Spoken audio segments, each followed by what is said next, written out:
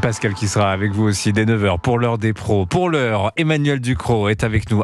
Je suis ravi de vous avoir, Emmanuel, parce que vous avez mené l'enquête sur une histoire d'intoxication à la pâte à tartiner. Racontez-nous ça. Une intoxication informationnelle. Est-ce que vous avez déjà entendu parler de la pâte à tartiner El Morgen? Oui. Morgen. Dite sur les réseaux sociaux le Nutella algérien ou la meilleure pâte à tartiner au monde. Depuis la fin de l'été, elle est au cœur d'un fantastique emballement. Et oui, tout a commencé comme souvent sur TikTok. Il y a quelques semaines, sur le réseau social, des clients se félicitent de trouver enfin en France, dans les épiceries de la banlieue nord de Paris, un produit prisé en Algérie où il a le goût de l'enfance et celui des vacances. C'est une pâte à tartiner aux noisettes fabriquée par le groupe algérien C'est Bon à Oran. Et par une de ces magies mêlant les réseaux sociaux, les influenceurs, le communautarisme et un mot magique, le mot de Nutella, cette pâte à tartiner El Morgen devient virale. On se rue pour la trouver dans les quelques épiceries qui en ont un petit stock. La presse algérienne s'enflamme, elle aussi.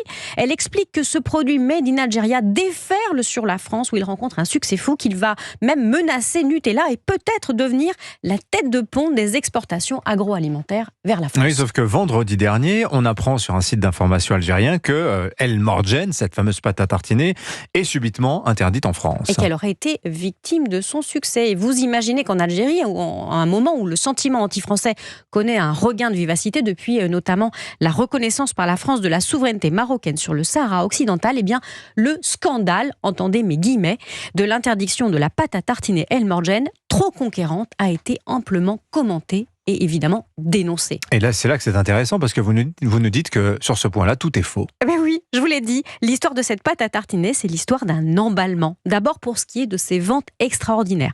Alors il s'en vend effectivement quelques milliers de pots chaque année en France. Il transite par de petits circuits d'importation parallèles et puis par les épiceries communautaires algériennes. Mais est-ce que la pâte à tartiner El Morgen a déjà menacé les grands noms du secteur? Eh bien pas du tout.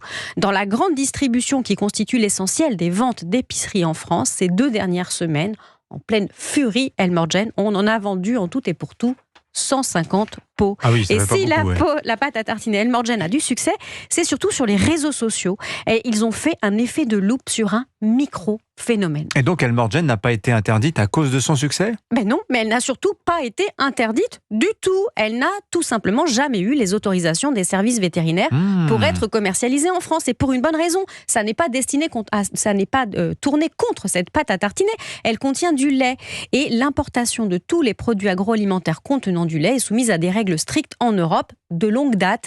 L'Algérie ne figure pas sur la liste des pays qui ont le droit d'en importer. Si on a trouvé cette pâte à tartiner en France, c'est parce que quelques lots sont passés entre les mailles du filet et c'est tout. Mais dans un climat de tension géopolitique, cette affaire de pâte à tartiner a été montée en neige avec une pincée de nationalisme par les médias algériens, par des agitateurs de réseaux sociaux et dégustée par des médias français qui n'ont pas vraiment vérifié les dessous de l'affaire. Ils étaient très gourmands à l'idée de raconter cette histoire de petit pousset de la pâte à tartiner qui bouscule les codes de l'ex-puissance coloniale. Tout ça, c'est un cas d'école d'intox pas très digeste. Merci Europe 1, merci Emmanuel Ducrot d'avoir levé le lièvre.